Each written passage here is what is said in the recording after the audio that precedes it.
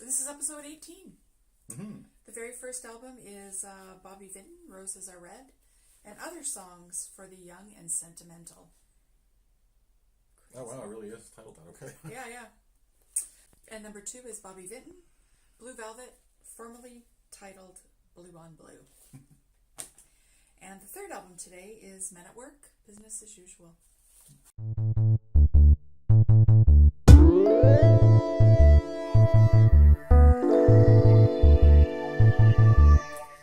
Hey everybody. Hey. Finally. Welcome back. Yeah. School's back in. Yeah, it's been a crazy summer and I've been busy and not just busy, just it was nice to take a break. yeah, you're just in a different frame of mind, just kind of Just take a break for a bit. just take a break. Enjoy summertime. So we're back. I'm Vicky. Hi, I'm Douglas. You should probably know this stuff by now. And if not, it's in the description. Yeah. So here we are, business as usual. Business as usual, indeed. Right back into the shit of things. Bobby Vinton, Roses Are Red. Bobby Vinton is an American singer and songwriter. He became known as the Polish Prince, as his music plays tribute to his Polish heritage. Now, By covering other bands? I guess. More I really don't know how that... More talented people? I don't know how that works, but that's what Wikipedia says. Okay. So, that's who he is, a Polish prince. So, over to you. Is that a bit on arrival? We, there's nothing to play. It wouldn't play. It's so, you probably can't see it. I have a picture of it. It's so badly damaged and it just doesn't play. So, it's funny though, I will say about this album is that they go through great lengths. Is it on this one or is it on the other one? The other one. To talk about how unbreakable the vinyl is. It's unbreakable vinyl. Yeah. It doesn't play. So It's not unscratchable, though. yeah, that's scratchable. So DOA, Bobby Vinton, gone. Bobby Vinton out. But oh shit. The good news is, Okay, baby. for Like those Bobby Vinton fans out there, Bobby Vinton, those Polacks like to multiply. Okay. Anyways, is that a no, racist? is that racist? Is that a racist term? I don't know. I don't know. I it might be. Whatever. What are the Polish gonna do about it? They'll hunt you down. Yeah. Okay, so here we No are. more pierogies for you. Yeah. Oh, okay. I take everything back. I like cookies. Okay, so this album was originally called Blue on Blue, and it was released in 1963. It was his 6th studio album. 6. And Cover album. it was renamed and reissued after the success of the song Blue Velvet.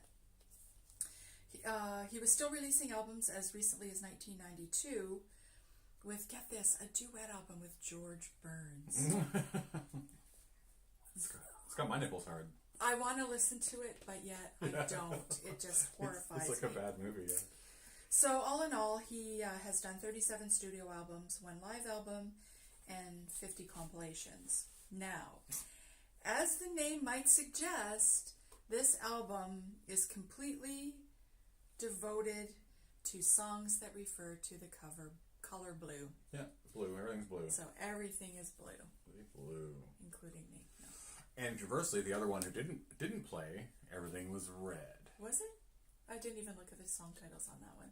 Okay, yeah. Okay, we'll stick Well, with that. yeah, well, we didn't have to listen to it, so why would we devote any brain power to it? This is true.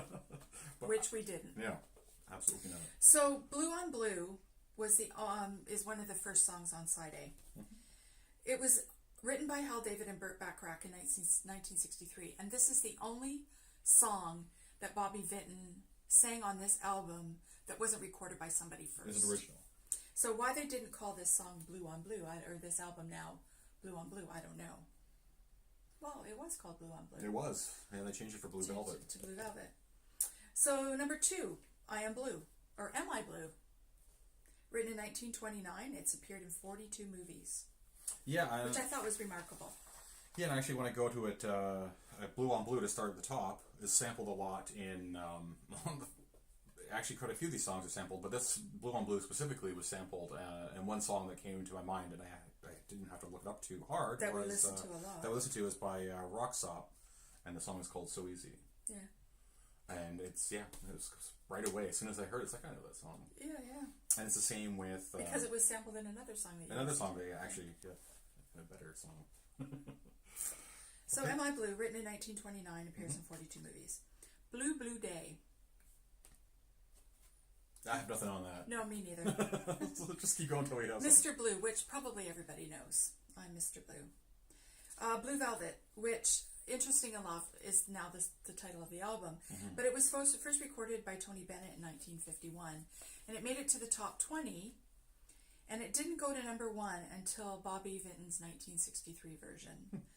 So, there you go. Yeah. St. Louis Blues is a cover from a 1914 Is it song. St. Louis Blues? Oh, it is St. Louis Blues. Yeah, St. that's Louis crazy. Blues, Yeah. It's funny because I expected it to be some sort of Dixie ragtime, Dixieland kind of song, but it wasn't. Blues. I will say too, I'm going to shout out to the black musicians who seem to have done the original For St. Louis songs. Blues? Yeah. Or just all of them? Because for any of the ones that get covered, because there's other songs I'm sure that are, So, anyways, shout out to them and all the white guys stealing them.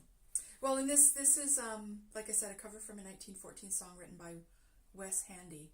It was also recorded by Louis Armstrong, Bessie Smith, Count Basie, and some of those black musicians that you talked about, and Glenn Miller, who of course is not. He's a big band guy. Yeah, it's a good song. The song itself is pretty decent, and I actually had it listed as the best song on this album. Now, the first album is pretty... First side? Oh, sorry. The first side is pretty old school, I guess, for lack of a better word. They're all old school. Yeah, it was... They're all the same tempo. They all sound very much the same. They do. It's like music that your grandparents got fingered to. Ever wondered what they got finger blasted to? Well, it's right here. Great-grandparents. Great-grandparents got finger blasted. Oh my god. It was pretty unoffensive. No, that's exactly what I'm talking about, though. It's totally unoffensive. It's just totally... I didn't wish by the end of it that I wish it would hurry up.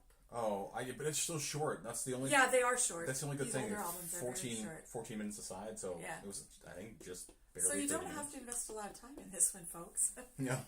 So it's the second side. Let's get it over with. We're spending more time talking about the album. The album was actually long. Yeah. So side 2, Blue Skies, written by Irving Berlin, which everyone knows. Again, electronic sample. We talked about this with Willie before. Oh, yeah. Because Willie had the better version of this for sure. And Oh, yeah. once again, Groove Armada had used the sample for the song Inside My Mind. Yeah. So.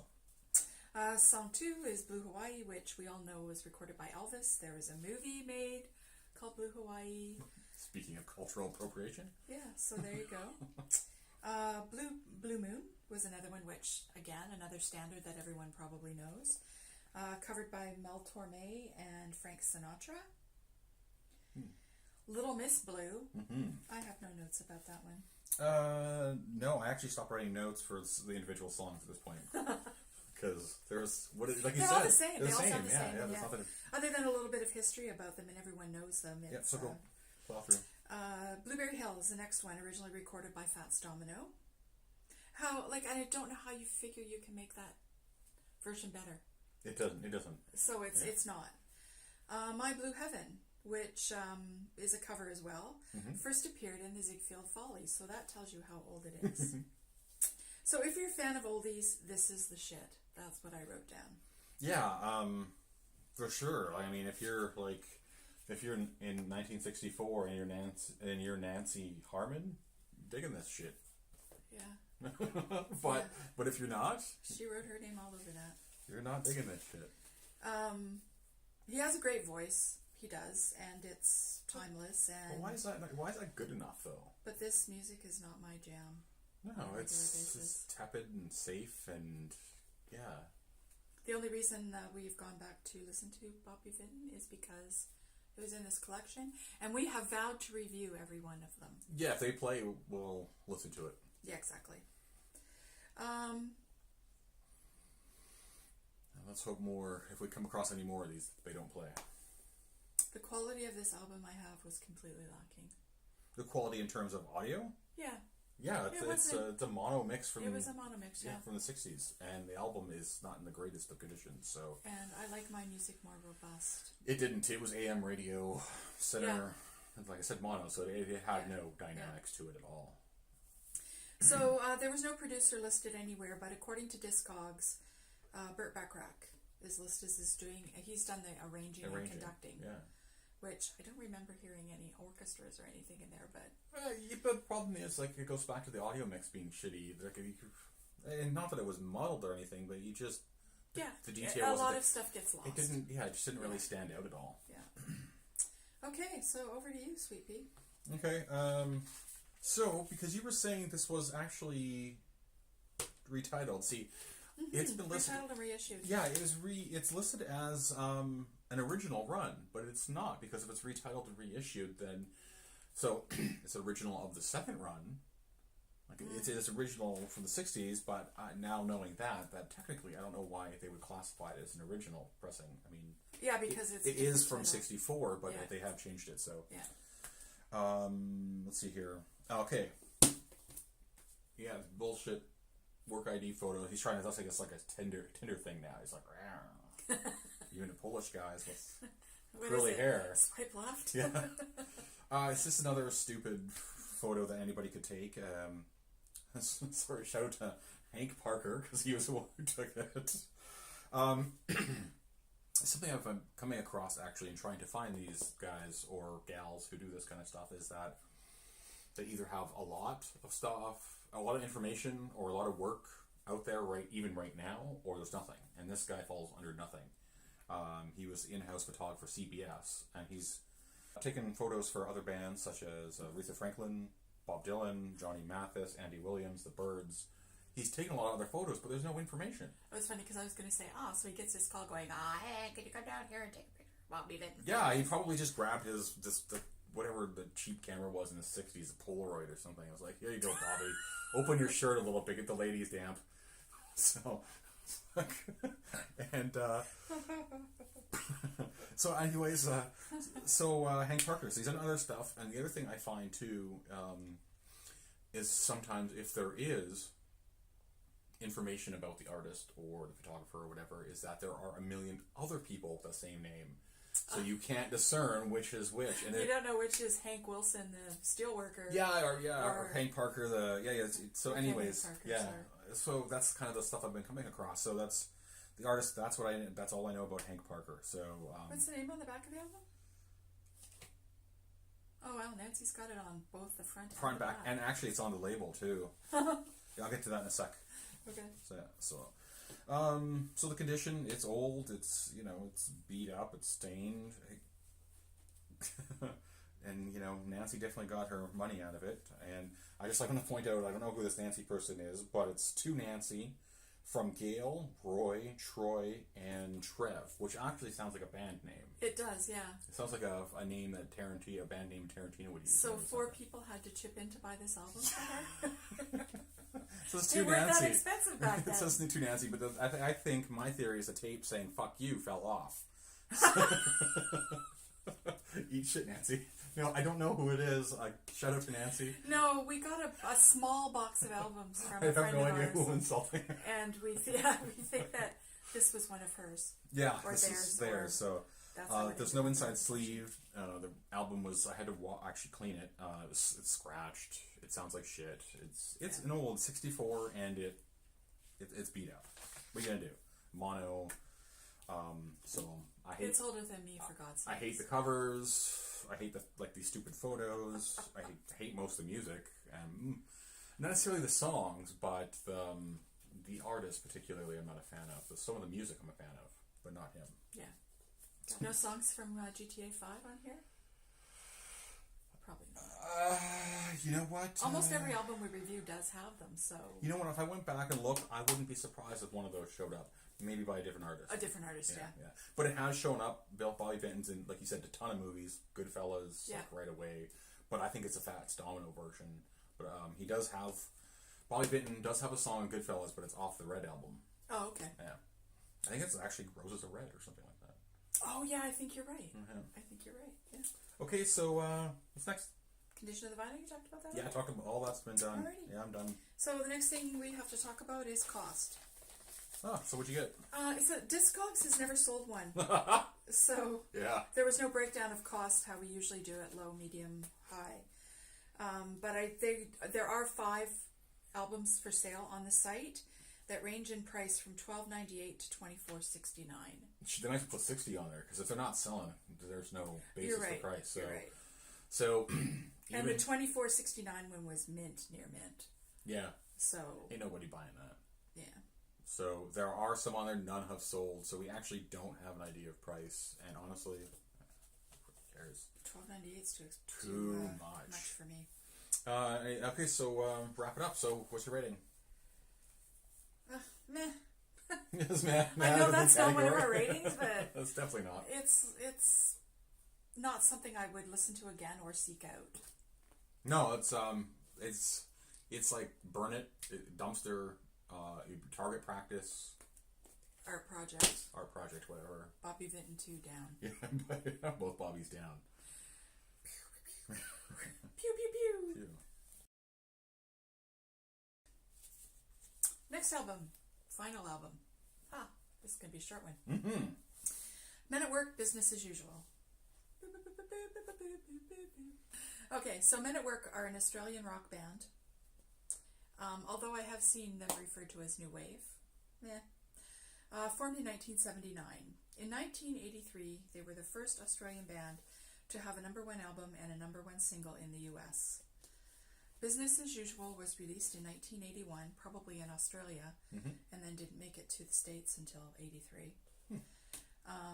They were the best new artists at the Grammys in 83, and they've sold over 30 million albums worldwide. They only did 3 studio albums, Business as Usual, one called Cargo in 1983, and Two Hearts in 1985. The album went 6 times platinum in the US, 5 times platinum in Canada.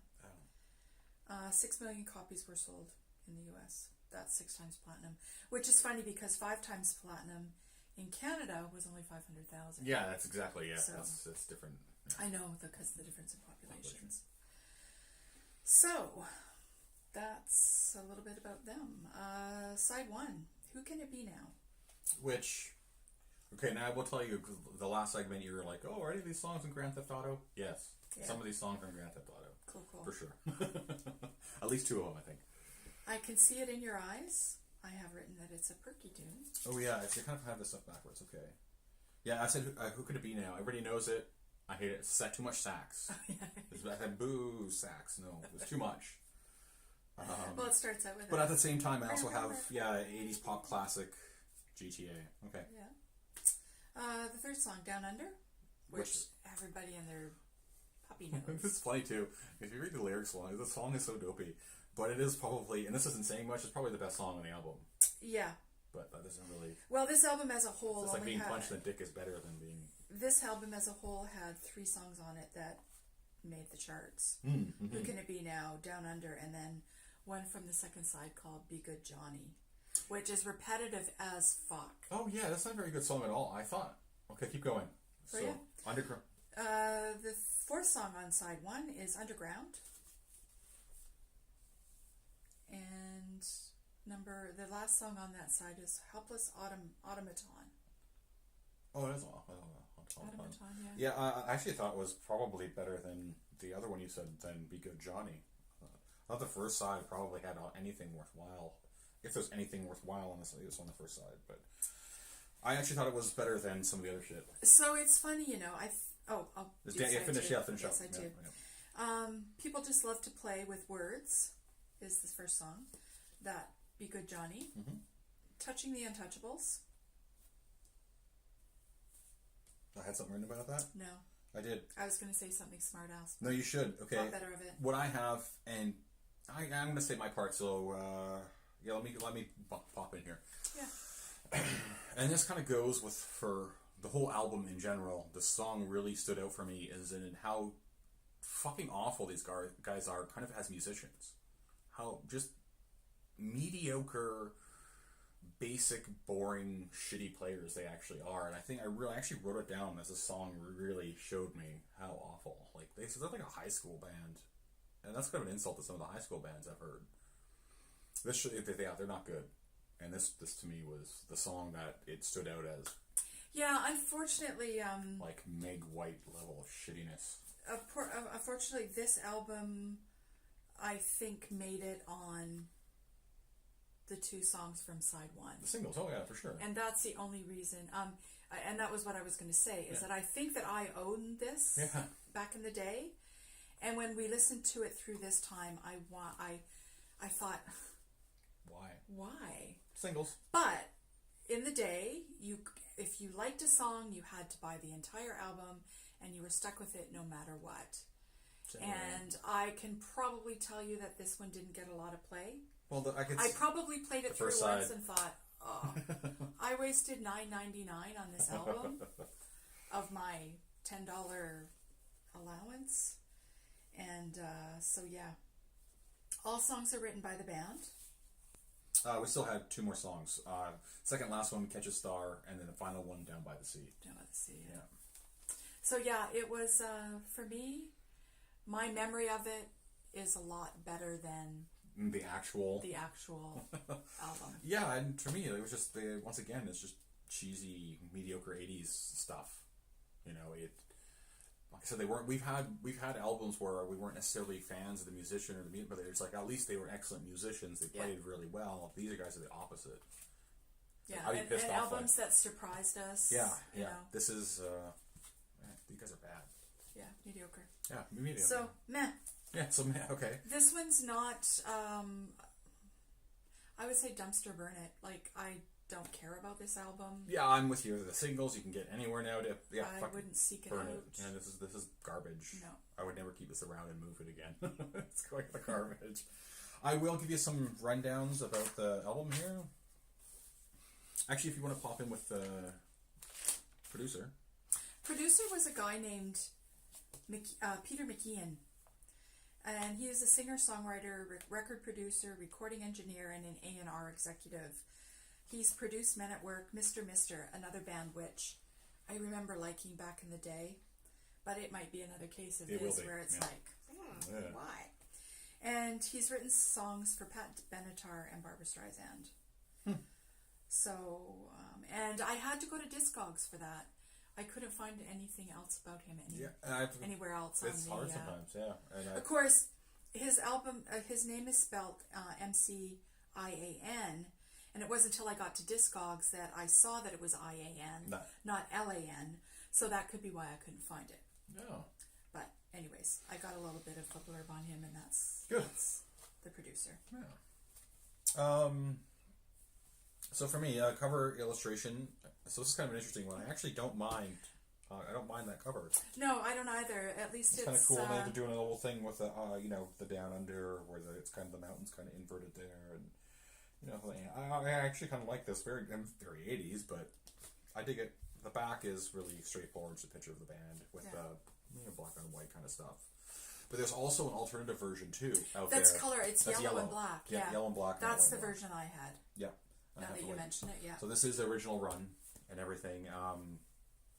81. You said it was 83 in the US. The Canadian one is 80. This is an 81. Yeah, that's what it says, that it was released in 81 and it didn't hit the Grammys until 83. Oh, okay. So, yeah, okay. So this is one of those things I was talking about with the illustration in this part, the artist. Now, his dude's name is John Dixon. John Dixon. And he worked with Men at Work 81 to 88. So, in whatever albums they did, because if you look at, I saw one other album cover and it's quite clear the same guy. Right. Now, here's the problem. There's a million of these guys. And the only with the same name. With the same name, and the main one that kept coming up as an Australian, because he's clearly Australian, is some big religitard dude. Like he's, teaches at the Christian universities, which is a weird thing to say. But he's like really up there in terms of the religious side of things. I can't find anything. If that was him, maybe he's born again and like did a whole bunch of drugs and touring, and it's like, oh, the Jesus. but I can't find any connection. So it's like he kind of fits the age group, but there is zero connections in any of his history anywhere talking about this. It's all theology and shit like that. Past. That's what I think. Album covers. That's what I think too. And like really, there is rock bands, and there are other ones, but so I don't know which John Dixon this is. It could be the religious guy. It could be not the religious guy. I honestly, I'm with you. It would make sense that he kind of went full tilt the other way. Scoured the internet for all. So yeah, information. So other than that, I couldn't find anything about the dude. But on the condition, it's flimsy. The album's flimsy. The case is flimsy. I mean, it's funny. I've said it's beat up. It's ripped, and the corners, and there is an inside case. It's got the lyrics and such, and credits and a collage, a photo collage. Ooh, color. Yeah, it's very fancy. That's a band. And they don't look particularly happy. Just some creepy shots too of just like a head. It's gonna eat your soul. I'm gonna have nightmares about that one. Yeah. So, like I said, it's kind of beat up on the outside. And what did you get for pricing? The pricing is in. And the vinyl's good shape. Oh. Yeah. Well, you couldn't tell that by the album cover. Sounds like shit. It's terribly bad. Not mastered very well. Good shape. So in its lowest form, $2.95, $2.95. Lowest form. Middle, $4.50, and the highest amount that you can get for that is $8.59. Yeah. Which is what I paid for it back in the 80s. I don't know. You know what? I can't remember. If you really paid that much, man, that I can't sucks. remember how much albums were back then. Probably pretty close. So all right, yeah. So we'd already given our review. So yeah, I just want to say the audio quality. Kind of had to order a little bit. So audio quality was there was a bit of a pop and a tick, pretty consistently at the beginning of the album. It's got ticks. Yeah. Yeah, and I said not much away of a sound field. There really wasn't much separation. There really wasn't, like I said, it wasn't mastered. Other than that sax, man, you could really hear that. Oh, the sax really stood out. So we already said burn it, and then it worked down. Oh, so there's 3 for the yeah, so there's 3 for the shit pile. That's that's what happens, I guess. But next week is partly looking up. Yes. I like the first one for sure. Yes. It's gonna be very good. One exciting one at least. Mm-hmm. So there we are, back from summer vacation, and yeah. I'm just looking at the list again for next week. It's diverse. Next time. Yeah, it is very diverse. Yeah. So there you go. Like, subscribe, spread the word. We have a new Twitter channel up going. We have occasionally both of us will post hilarious things there. Or not so hilarious things. Very sparse at the stage, but we're getting there. And yeah, that's us. All right. See ya. Subscribe, comment. All that stuff I said. All that stuff. Did you? Okay. All right. We'll see ya. See you Bye. later.